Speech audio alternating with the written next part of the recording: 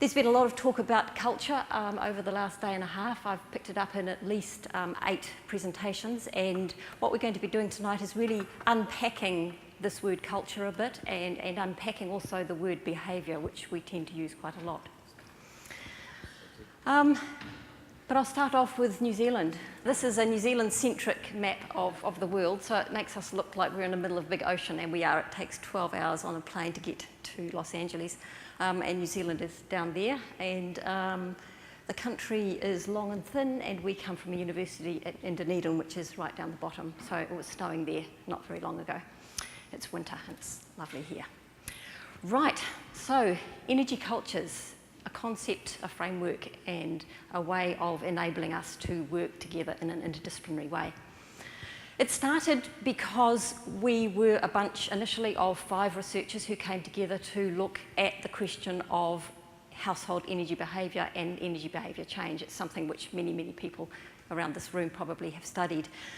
But what we wanted to do was to study it from a highly interdisciplinary perspective, and our problem was, how do you make interdisciplinarity really work? Because what you tend to do when you come together as an engineer and a consumer psychologist and a physics specialist and so forth is to use words in very different ways and to have different concepts that are very hard to come together. What we came up with is this thing called the Energy Cultures Framework, and it's something that we've polished and honed over the last 3 or 4 years since we developed it. And so what we're talking about here is something a bit further developed than the paper we wrote in 2010, which some of you may have read. So the initial team is that the 5 of us in the centre there, and you can read all of the different professions or disciplines that we come from. And since then we've been added with another 7 or 8 with a new project which is now looking at households, at businesses, and also at transport. So it's a much bigger project now and over a longer period of time.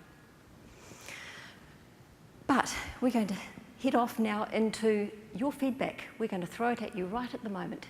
We'd like you each to think just quietly for 30 seconds about how does your household keep warm in winter? And then we're going to choose a few people to tell me how that happens. Okay, so if everybody can just close your eyes, and we want you to be thinking about this question. So those of you that come from colder ends of the country or from other colder countries, we want you to start thinking about what does your household do to keep yourself warm? And obviously for those of you that come from hotter climates, perhaps you might want to turn this on its head and think about what do you do to keep yourself cool, to keep your household cool in summertime?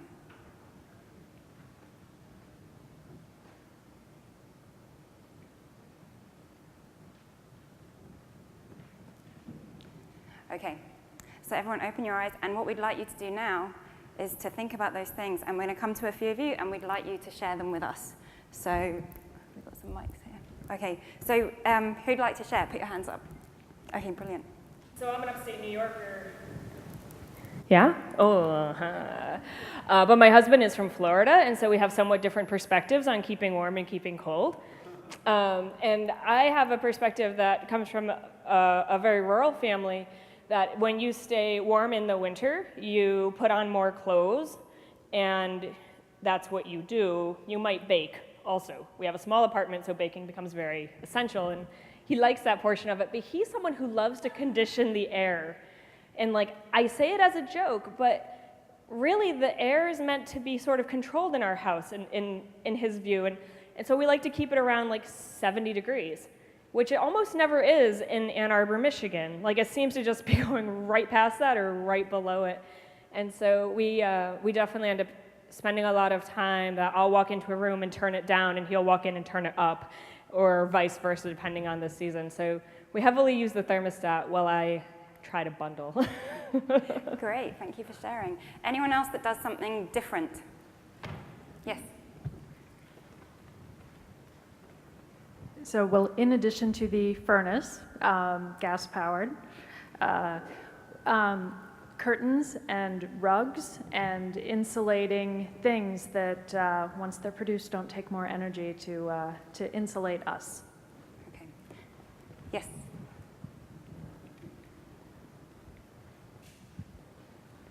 Thanks. In addition to both of those. We also, we use 2 cords of wood in the sun coming in, and then we have young people who are little energy things, so they heat up the room too. Okay, any more? We'll take one more. Great, someone from this side of the room maybe. I'm making you run today, aren't I? Last one.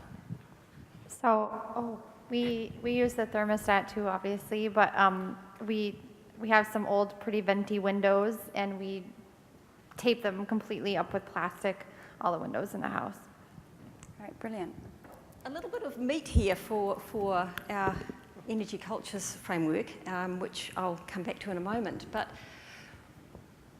what we developed with the concept of energy cultures is that the way that we interact with heating or any other form of energy in our homes or in our work lives or whatever can be broken down into 3 components. And one is what we call the material culture. So that is the insulation, the house structure, where you get your energy from, your cord of wood, your gas, your heating devices, your thermostat, your air conditioner, even your leaky windows. You then have what we call energy practices. And this is things like running around to keep warm, pulling the curtains, baking, putting on the air conditioner, putting on more clothes, taping your windows shut, and lots of other things, activities. And the third, which is in fact a really important one, and the first story illustrated this beautifully, is really our expectations, our norms and aspirations. And so expected ideas about what is warm or what is comfortable, maintaining the traditions that we brought from our childhood. That was such a wonderful example, that first one. Social aspirations, environmental concern, other things like this are also very influential. And the Energy Cultures Framework brings those ideas together and says, let's look at all of these things and how they interact with each other, because we think this is really the core of what energy behaviour and energy use is all about. But we mustn't forget at the same time that this core of really key concepts around energy behaviour is sitting within what we call the contextual soup. That is the big mass of influences out there, the policy settings, the price of fuel, all of those things that are impacting you on a daily basis and are either locking you into a habitual pattern or breaking you out of one. And one of the things that framework's helped us do is to unpack this idea of energy behaviour. And I really clicked on this at a conference I went to in Helsinki that was called Changing Behaviour. And so there was a lot of talk about this. And people verbally used energy behaviour in these sort of dichotomous ways. They'd say energy efficiency and energy conservation behaviour, or they'd say investment and curtailment behaviour, or they'd say routine and intentional behaviour when they were actually formally discussing it, using these dichotomies, which to me appear to be very absolute, but in fact they're not. But when they actually give their talks about energy behaviour, they're talking about quite different things. They're talking about whether people take up new technologies. They're talking about whether a particular technology like, I don't know, passive housing in Austria was one, has become the norm in Austria, which it has.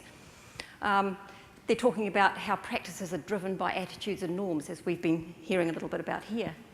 They're talking about practices shaped by technology. That is, if people buy air conditioner, then they're going to turn it up and possibly turn it up some more and possibly turn it up some more, the rebound.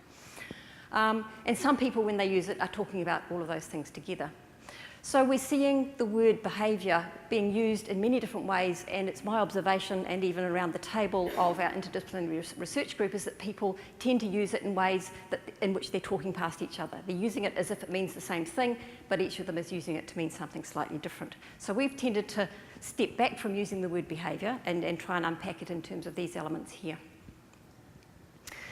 So what we're bringing to the table here is what we call a cultural approach to behaviour, and essentially looking at the linkages between what we have, how we think, and what we do in any given situation that relates to energy. And as a framework, it's got alignments with a number of different theoretical approaches, and it's not trying to grab the upper ground from any of these. It's saying it sits very comfortably alongside a number of different ways of thinking about behaviour at a highly theoretical level and actually also at quite a practical level. And I'm not going to go into all of that. It's in a paper. But what we'd like to do now is with that model in your mind, with that framework, we'd like to invite you to think now about what your energy culture is as a whole. Think about all of those elements together.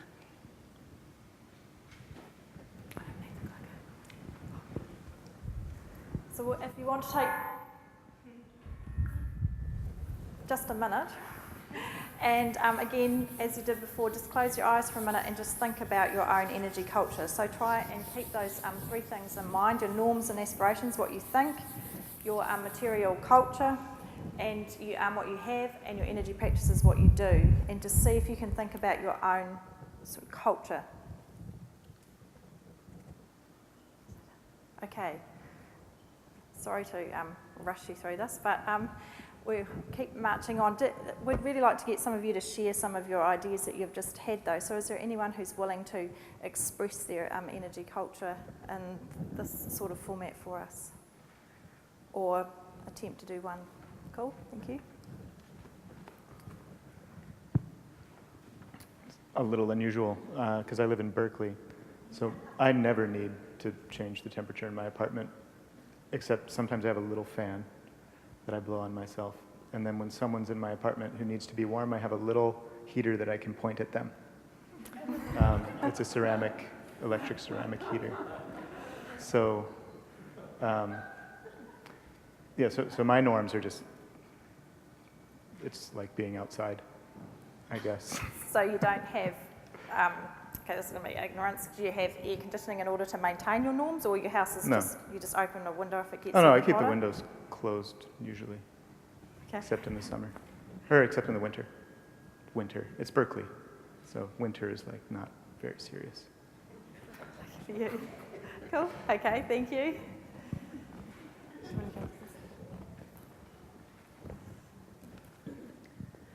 I adjust where I live in my house depending on the season. So I live upstairs in the wintertime because I've got good solar gain upstairs, better natural light, and it's well insulated. So I've got a ductless heat pump upstairs that heats the upstairs. And I usually 60 degrees, but if I get cold, I might turn it up a little more than that. But I also occasionally use 1 or 2 hats to regulate comfort. I don't wear a coat, but I do wear long johns. A laptop on my lap keeps me warm as a space heater. I work at home. So the material would be the fact I've got a fairly well insulated house. It's fairly tight, no drafts, and a ductless heat pump. The norms and aspirations are that I want to be comfortable, but I recognize that I can easily adapt for the most part unless I'm feeling sick. Therefore, I can often be very comfortable by adjusting myself. I do use movable window insulation, and that makes a big difference. And so my practices are that I set the thermostat according to what I need to be comfortable, but I adjust myself. But I also read my meter usually once a day. My system's sub-metered, and I really want to get to net zero. So I'm basically really looking at, I know, use 740 kilowatt hours for heating 2 winters ago, and this winter I used 915 kilowatt hours, and it was colder. But that's $91 worth of electricity. So, but I was surprised because I wasn't expected to use the space heating concept I used, but I discovered that I had the ability to adapt much more than I thought. So I was open to that discovery. Cool. So some nice norms and aspirations. Could I say that you were frugal? Yeah. Cheapskate. I think frugal's nicer. But really, frugal in terms of gaining much more value of using little than in what most people would consider normal. And I don't have much company in the wintertime. And you like Unless that you've got a big jersey on. But I do have a supply of hats for my grandsons when they come over. Okay, we've got one more. Can we just take one more from over here, please? Oh, thank you. Oh, either one.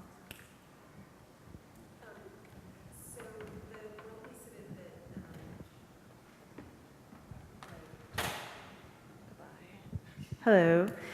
The one piece of it that I wanted to relate was that I commute a long distance, and so when I come home, oftentimes everybody else is home, but they're in one part of the house, but the house is blazing with light. And so I have 2 boys in my house. One is my husband and one is my son. And so what I try to do is I try to demonstrate conservative energy practices by trying to turn lights off, but I'm also trying to adjust the norms in the house to something that's more mindful about, at least that representation of our energy use. So there's just a piece of it, not the whole system. But. Okay, sorry. Next time, we've got another one to go.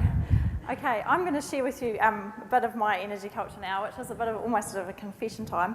I've got 3 boys in the house, and 2 of those are children. That's really complimentary of me, isn't it? And so children are the energy guzzlers in our house, I've decided. I know all the stuff about energy, so I try and be as energy efficient as possible. But we're also constrained by our house. So this is our house up here in the snow, which was taken 2 weeks ago. It only lasted for 1 day, though, for those of you who are used to snow. So we get really excited by it. So we moved into that house last year, and so I haven't really got it set up how I want to. So at the moment we have 2 heat pumps, which you can see, a big heat pump there, and we have 2 gas fires, and we have underfloor heating. They wouldn't be my choice of technologies, and one day I will rip out those gas fires and put in a big wood pellet burner that will be a lot more energy efficient and nicer heat. And that comes down to my aspirations and my norms of what I like to have and how I like to have my house heated, because it does get quite cold in Dunedin. We're enjoying the warmth now. Those chandeliers will be gone when I get home, and that will be replaced by a nice, much more energy efficient light bulb. So I'm very excited about that. So I'm slowly sort of starting to change the house. And there goes my son with the red hair, not hard to figure out, with his friends playing the Wii on the snow day. So not only is the kind of Wii or the TV going or the iPad's charging, but there's loads of washing to do. And I guess that's what I mean by your norms get changed depending upon your life stage, I suppose. I don't think they'd be too happy if I only heated part of the house at the moment later on. Anyway, so that's just an example for you from New Zealand. Great. So we've been hearing from you about all of your different energy cultures, but we can actually think about it not just on the household level like you've all been sharing, but we can think about this at many different scales. So the first one is we can think about it at an activity level. So take the laundry example that Sarah was just telling us about. What's your material culture? What sort of laundry machine do you have? What settings are available on it? Which of those settings do you choose to use? Do you run it at an eco-wash, or do you wash your sheets on 60 degrees? Do you hang it out to dry, or do you put it in a machine? When I was growing up, my mum used to dry, I would say, 90% of her laundry in the tumble dryer. So for me, that was perfectly normal.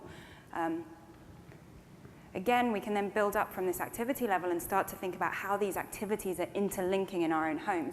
And we've had some really lovely examples up on the whiteboard of your different energy cultures. So we can start to think about this framework as a tool to help us think of the diversity amongst different households.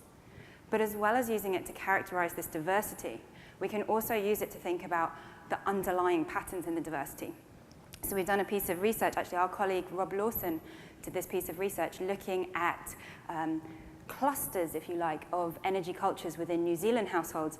And we looked at a nationally representative sample of New Zealand households, and we found that there were 4 distinct clusters of energy cultures, which we've named with E and E, our lovely alliteration there. But we've got our energy economical cluster. These guys tend to be in quite old, poorly insulated homes, predominantly rented.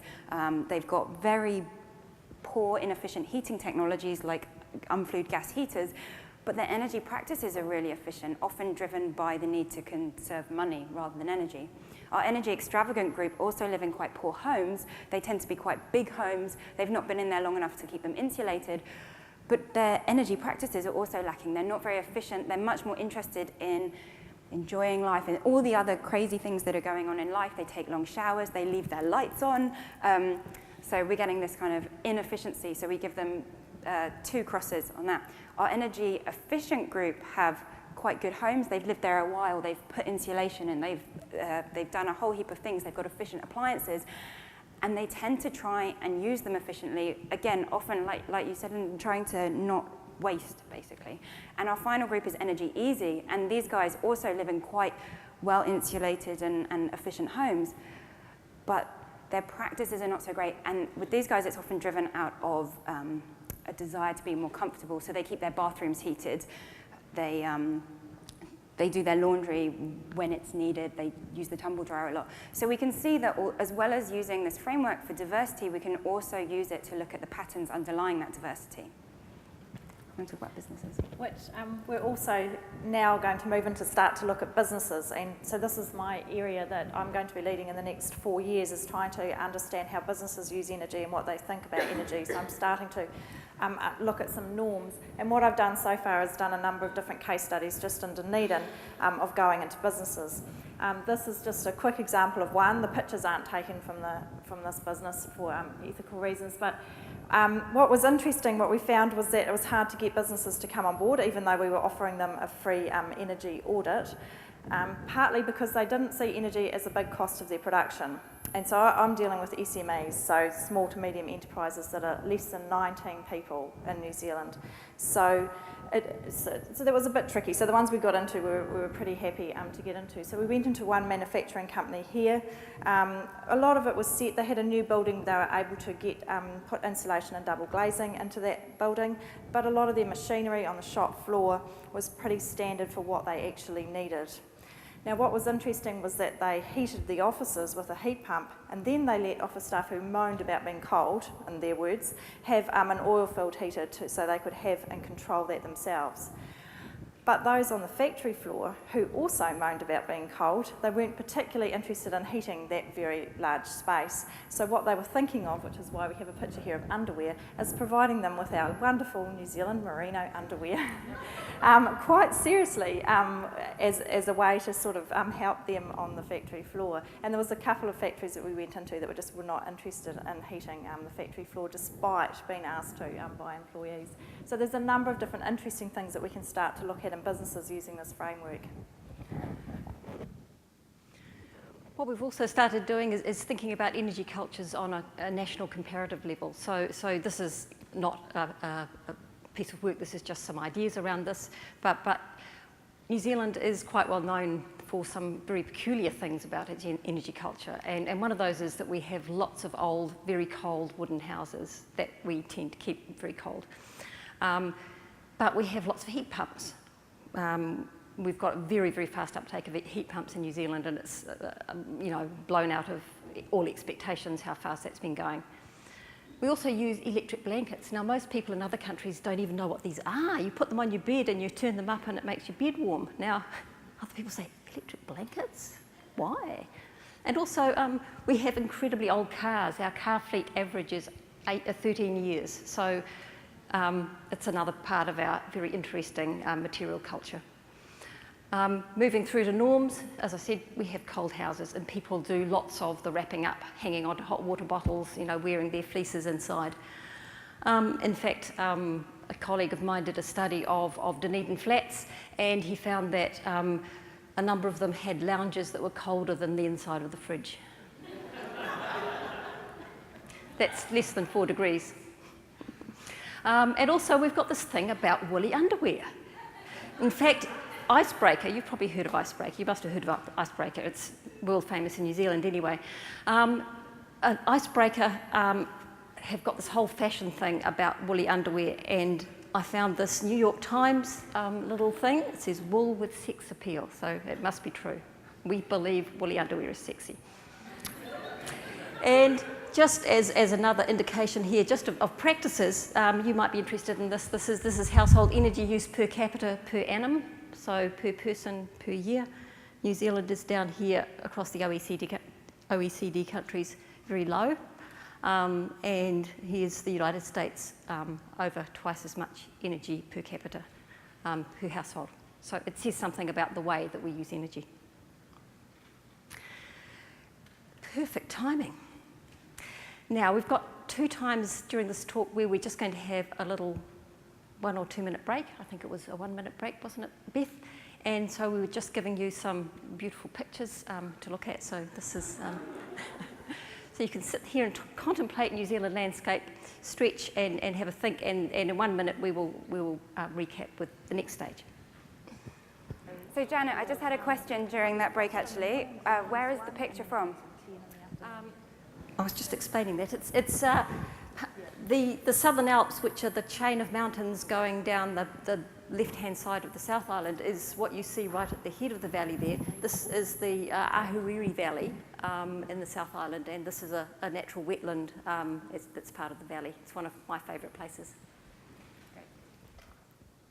Okay, thanks. So we've been listening in the first part about how we can use the energy cultures framework to help us think about behaviour in a holistic way, but also to help us look at some of the diversity of behaviours between households, businesses, cultures. We can also use it as a framework to think about how we can look at models of behaviour change, how can we shift our behaviours. And the first thing I want to talk about is internal influences on behaviours. And by this, we're talking about the interaction between our material cultures, our practices, and our norms. And we're already starting to hear some of these stories from you guys as you're telling us about your material cultures of your house. Sorry, your energy cultures of your house. So in the spirit of storytelling, which we've been hearing a lot of, I thought I would share my story about how my energy behaviour changed. And actually, I'm going to talk about transport. So I own a car. It's a Mazda Capella. It runs on oil. So I've given it an orange box because it could be worse, because I could have one of these. But it could be a lot better. It could be green. So in New Zealand, our electricity supply in 2011 was 75% renewable. So an electric car, I think this is one of 85 in the whole of New Zealand, would dramatically reduce my carbon impact. Or I could abandon the car completely and have a bike, but let's not be silly. So I have a car. I have an orange. Could be worse, could be better.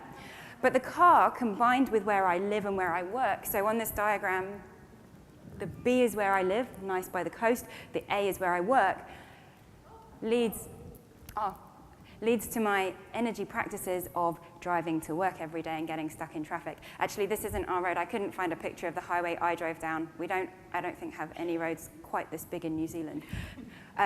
So this means that my energy practices are actually pretty bad. I'm sitting in traffic for half an hour on my way to work, spewing out carbon dioxide. And of course, just in the way that my material culture, owning a car, influences my practices, I drive to work, the same is also true. Because I tell you something, if my car broke down tomorrow, I wouldn't change the way I got to work. I'd buy a new car. So we start to see these influences. Both of these things start to then influence our norms. I'm sure many of you that own cars have named your cars. Maybe you have car badges. Maybe you're, a VW enthusiast. So we start to see this link between our norms and aspirations, our material culture, and our practices. And often these internal influences can keep us locked into a specific type of behavior. But it's not all bad news, because if our norms and aspirations don't actually align with our material culture or our energy practices, we might start to see some kind of influencing change. So I actually happen to think that driving a car is not that great, spewing out a lot of carbon dioxide. And I've put this picture up because I hate the 30 minutes that I waste every day stuck in traffic. I'd much rather be doing something more productive like emailing. So there's the opportunity here for my aspirations for a different way to start changing what happened. Did that happen? Unfortunately not. Because the external influences, the fact that I lived so far away from my work, was locking me into these patterns. But just the way that these external influences locked me in, when I moved house, that was a bit of a subtle change. So I moved from down here to here. I got a lot closer to my work, and now there was a bus route. I could take the bus. I had friends on the bus. In fact, Beth will know this. We've got a very friendly bus driver. He's called Colin, and he lets me off the bus closer to work. He doesn't even stop at the stop. I can get a go-card and be part of the bus crew. And so all of this combined with, quite expensive fuel prices, and I put here extra mobile phone data because data tariffs in New Zealand are really expensive, but recently they increased them, so now I actually can use my iPhone to send and receive emails when I'm not on Wi-Fi. All of this created a shift in my energy culture. It took me to a new energy culture, so I still own the car, but I don't use it as much. I now take the bus to work every day. And when I'm in town, I walk around town. So it's shifted my energy practices. And so what we can see is that these internal and external influences can work together to create a shift in our energy culture, a shift in behavior. And so now we're going to throw this over to you again. And I want you to think about a change in the way in which you use energy. It can be in your house, it could be in your business, it could be with your car. But think about something that you changed, and then think about what were those external influences and internal influences that were prompting or enabling that change, and then how has that impacted your energy culture? So we'll give you just about a minute to have a think about it, and then we're going to come back and start to share stories again. Okay, great. So who wants to start? Oh, brilliant. Hi. So one change, we had to get a new hot water heater, and we wanted to get a solar hot water heater. So we actually had a friend who came out and looked, who knows about solar hot water heating, and said that our roof wasn't facing the right way, so it's not a good location, so we can't get a solar hot water heater. So my husband got a super efficient water heater instead, but also actually got a smaller tank. And in the United States, we have pretty large water heating tanks that we heat hot water in all the time. And we have 2 teenage girls and only 1 shower. So this change in our hot water heater choice changed the way we take showers. And now we're all very conscious of how long, because if one of them takes a really long shower, then the next one can't have hot water. So we are much more conscious of how long we spend in the shower, when we're going to take showers. And so that has definitely changed our showering and energy culture practice. And I guess external influences were, trying to be more efficient, but then there were external limits on what we could do. And so that's where we are, yeah. Great, thank you for sharing your story. Does anyone else have something slightly different? Yeah. Yeah, in my previous job, I had to commute about 1 hour by train or by car, and I did that for a couple of years. And when I moved to Eindhoven, I had one important criterion for the selection of a new house, and it should be at the distance of a bike ride. Yeah. So I succeeded in doing that, and that made my life a lot easier after that. And I'm now at the distance of 1 mile and can bike every day very pleasantly and relaxed to the university. Brilliant, thank you. Okay, any more? I don't know quite where this one fits in terms of the model, but so a few years ago, I'm in Toronto, Ontario. A few years ago, Ontario deregulated the energy markets, and now we've got all these different companies moving in, being your electricity seller. One of the companies that came in was a company called Bullfrog Power, who offered you zero carbon electricity. Mm-hmm. And what they were basically saying is that however amount their customers used, they would guarantee to cause that much extra zero carbon electricity to be added to the grid. Mm-hmm. So we signed up with them instantly. Okay, we pay a slight premium on our electricity, but the wonderful feeling that our electricity is now zero carbon. Then a couple of years later, they signed an agreement with the major utility in Toronto, which is Toronto Hydro, which most people in Toronto get their energy from, to simplify the billing. So instead of customers signing directly with Bullfrog, and Bullfrog was their supplier, they got Toronto Hydro to bill you, and then there was a little supplement on the bill that went to Bullfrog. Now, the power you're getting is the same, the deal is the same, but now it suddenly feels like it's a carbon offset rather than you buying zero carbon electricity. And a couple of months after we did this, we said, no, we don't want to pay this little bit of extra on our bill for Bullfrog Power, so we cancelled it.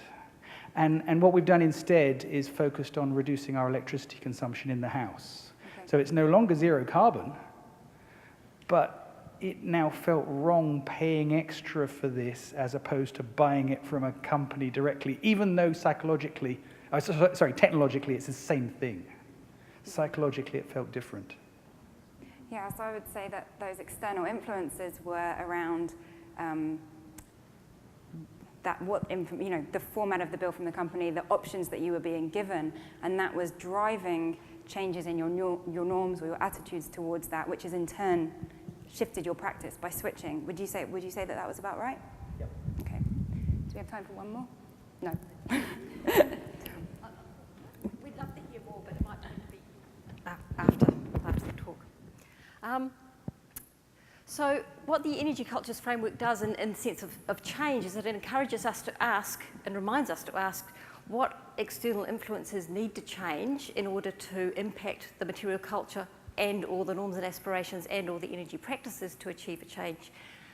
And it also asks us what will be the repercussions of that within the energy culture itself. So if you change your material culture, what's going to happen to your practices, what's going to happen to your norms? I'm going to tell another story now, and this is about the blueskin story. Now, if anybody read our 2010 paper, we talk a little bit about Waitati, and Waitati is part of this area. And this is looking at a community that is going through a really interesting transition from an energy cultures perspective. And these cartoons are by one of the wonderful community members, Jenna Packer. And the community really wanted to set itself up as a resilient energy community, and they wanted to take action on transport, local foods, energy, local orchards, lots and lots of activities that they're involved in. So but one of their sort of overriding visions is to be a resilient energy community, and they're taking a lot of action around that, in building energy efficient houses, energy conserving behaviours, distributed generation, developing and trialling new technologies. So lots of activity around there. But what I'm wanting to do here is just look at it through the energy cultures lens about what happened over a number of years in order to bring this about. This is just a diagram of their vision. This is sort of their, I guess, corporate vision as a group of people.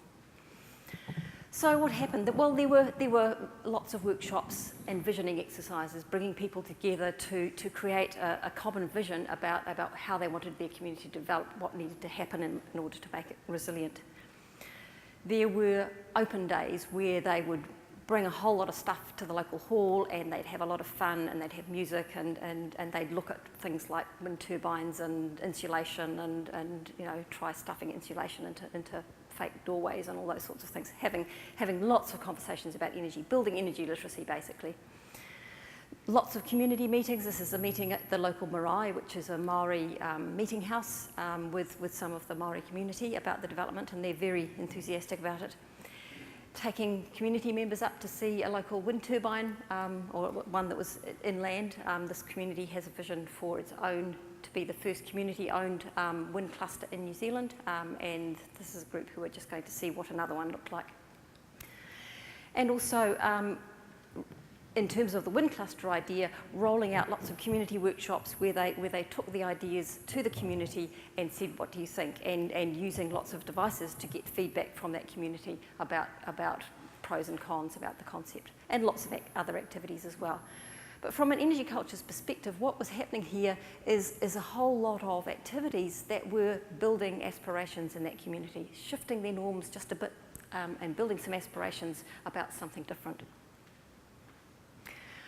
Other things they did was to have, they rolled out an energy advice scheme, and this person's going around telling people they should close their curtains before it gets dark, and that they should have heavier curtains, that sort of thing.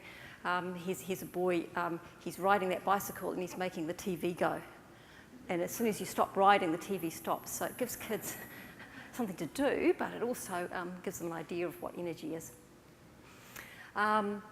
Chopping wood for local people from the local woodlot. They've got an initiative called Get the Train, so every now and again they manage to persuade the city to run a train out there for commuter traffic. Here they are having races with a couple of electric bikes to see who can beat the other person. So lots of fun stuff, and all this is to do with practices. So actually getting people to kinesthetically experience different practices and engage in different practices. So hands-on learning, shifting travel modes, energy advisory services, local wood supplies. And then lots of activity also around material culture. So here they are stuffing insulation into the rooms. This was something that was subsidised by the government, and they got about 100 houses insulated in a very short period of time with local people. People putting up PV. In fact, there's 50 people came together and have signed up to put PV on their houses within this very small community in the last few months. So quite impressive. And local wind turbines. This guy here on the right has developed a very innovative retrofit vehicle. So he's put an electric motor in this car and he's now rolling that out more widely. So lots of innovation in that community. And in terms of the wind turbine, this is some people from our university helping with the very first wind testing tower. This is the 3-metre tower. The place where the turbine is going to go is actually now on that further hill, but they were just testing a local hill. And now they're putting up the 10-metre tower because the 3-metre tower looked promising. And then they put up the 30-metre tower because the wind looked even more promising. Here's just the picture of where it's going to go on the top of that hill. So a whole lot of stuff here as well around things like wind testing towers, the retrofits, the insulation, and the photovoltaic cells. So lots of material culture changes occurring as well in that community. So what's happening very obviously since about 2007, 2008 is a very tangible shift in what we call that area's energy culture, building aspirations and then shifting material culture and energy practices to something quite different. And what has been happening too is this whole social norming. It's becoming acceptable and normal to talk about energy a lot and to have things like PV, which 5 years ago would have been absolutely way out. And this ripple effect is rolling out. So this is a lovely one. It says, if it takes, can you get me a cutting? That's a little turbine there in the garden. And an example of that ripple effect is that in 2008, there were 200 households who were essentially linked into this project, and there are now around 1,000 households who are part of the wider Blueskin Resilient Communities activity.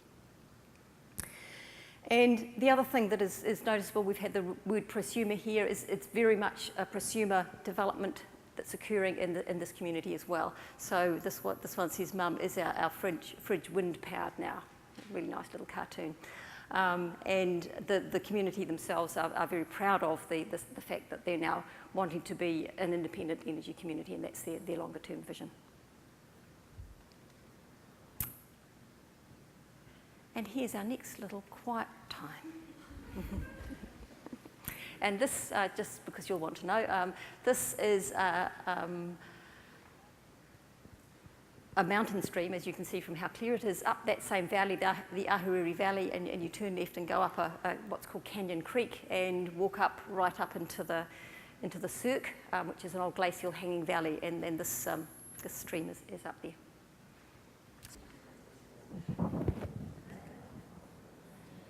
Okay, we're just going to talk a little bit now, a bit more about the team and how we come together and work together, because there's quite a few different backgrounds.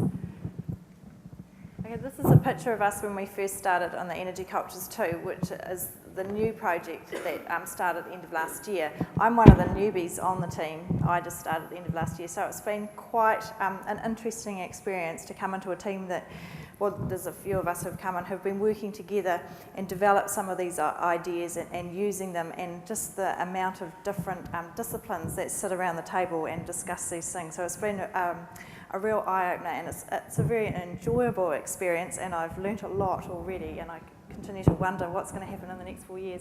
So basically we have people from economics, we have law, we have marketing. I'm in the management department in the business school. We have Janet, who's got a sociology geography background, Becky with her engineering background. Who have I missed out? We've got systems theory background. I'm trying to think. I think that's us. Analysis. Oh, John, so he's marketing, consumer behaviour, consumer psychology. So we all come together regularly every 2 weeks for different meetings. But not only do we come from different disciplinary backgrounds, but we also come from different theoretical positions too. So we come in with regional resource planning background. I have my discourse theory. Then there's a qualitative aspect to our work. There's quantitative. There's Becky with her demand energy modelling, there's systems, soft systems theory and modelling. So there's a huge variety of us when we're sitting around that table. I remember some really interesting discussions early on when we were just discussing whether we wanted to use the term energy efficiency or whether it was going to be energy savings and what this term was, and just you can imagine. There's all of these people with their own different perspectives, theoretical backgrounds coming in. It was a lovely, robust discussion, and I think it's still continuing. Great. So what we want to do in this section is just give you an outline of how we've used the Energy Cultures framework to really shape our work as an interdisciplinary team, how we've used it to both inform our research and also assist us to integrate our research findings. This diagram just is kind of a process diagram that picks up on, in a way, how we've run. This was the Energy Cultures 1 project that's now completed, but we used the model to frame the research, and then we had a number of independent, semi-independent themes of research using quite different disciplinary perspectives, and there were a number more as well. And each of those gave rise to discipline-based papers or conference presentations that were specific to those disciplines. So that was always an important part of it, but also another aspect is then the integrated findings. What does this mean as a whole? But another way that we've used the model is to really say which aspects of this framework and at what scale are we investigating with this work stream in the research project. So, for example, an early part of the research was using social psychology to look at the influence of values on energy efficient behaviour, and it turned out that there aren't really any influences that are worth mentioning. But anyway, it's a tried and true method called laddering. So these arrows are really the question mark: do values impact on people's acquisition of material culture, energy practice, or norms and aspirations? And not to a degree that makes it very useful. We did a national survey of 2,500 houses that was actually finding a whole lot of detailed data about specifically the material culture, the energy practices and the norms of the households that we were looking at. We did cluster analysis using social science techniques, looking for distinctive clusters of energy cultures across that data set. One element of the research was using an economics technique called choice modelling, and that was really looking at the linkages between people's preferences, or their aspirations you might call them, and their choice of material culture. This was around choice of heating and home heating technologies. So that was looking at that question, that linkage between those two things. A piece of work that we're just about completed now is actually comparing two different sorts of interventions for home energy change, one using individualised home energy advice and another via community-based social networks, because our work has really thrown up the importance, as we've been talking over the last two days anyway, about people's social networks and the influence on decisions. And just another illustration here, one of our team members, as you saw, has a legal background. He does legal and policy analysis within the energy area, so he's been looking at some of these external factors in what we call the contextual soup. So what are some of these things that are influencing people's ability to either choose or make it difficult for them to choose energy efficient material culture and to move to energy efficient practices? What we also have used is system dynamics modelling to try and bring together our thoughts as a whole, and this is just a qualitative version of a bit of modelling that we did with David, just bringing together our ideas about what some of the impacts and feedback loops were within decision making around energy efficiency. And what we've also done is across all of the work streams of this project, of which there were, from memory, 11, we have drawn from each of those individualised pieces of work a report that says what are the policy implications of each of these, and written it up and actually I've been around giving it to government departments and meeting politicians and people to put this forward as something that they might find useful in their policy work. So, just to conclude, two slides. And these really bring together, I think, the overall usefulness that we've found this framework to be in terms of our work. When we developed it, it was purely, as I said, as a tool to enable us to talk to each other. So we used it as a way to be very specific about whether we were talking about practices, whether we were talking about material culture, whether we were talking about norms, whether we were talking about some of those external influences. But we very quickly found that it had some more fruitful uses as well, as I've been describing during the talk. But as an integrating framework, it's informed by different disciplines and also informed by different theories of behaviour. So it's not, as I said earlier, not trying to superimpose itself on other theories. It's just saying it sits alongside and helps us possibly understand them in a more integrated way. Informed definitely by different research methodologies, as I've just explained. We use both qualitative and quantitative data collection methods, and those support each other in the work that we do. And for us, it's been a framework around which we build up insights about energy behaviour, and particularly about energy behaviour change. And also we found it to be incredibly adaptable for our work. So it not only supports interdisciplinary research, it helps for us to understand habitual behaviour, that lock-in that Becky was talking about, where you've got your norms, your material culture, and your energy practices, each really supporting each other and becoming very, very difficult to break out of, particularly when those external forces are actually tying you into that pattern. It's also useful for categorising or characterising heterogeneity, as you've seen around this room, lots of different energy cultures within this room, we could say. Right up to a global level. We're currently going through a little piece of work with some people in Sweden, looking at the different energy cultures of Swedish rental housing compared to New Zealand rental housing. And they're remarkably different, as you would expect, and it's going to be an interesting little piece. And so I think there's quite a lot of possibility there in comparing national energy cultures. So clearly it applies to quite different contexts, to businesses, to vehicle driving patterns, to households and different scales. And it helps us explore the drivers and the barriers to change. So what is actually enabling change and what is preventing change.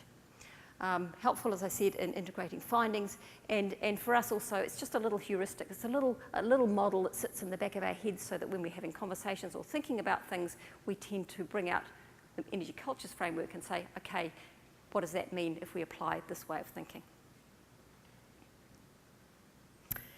And that's the end of our presentation.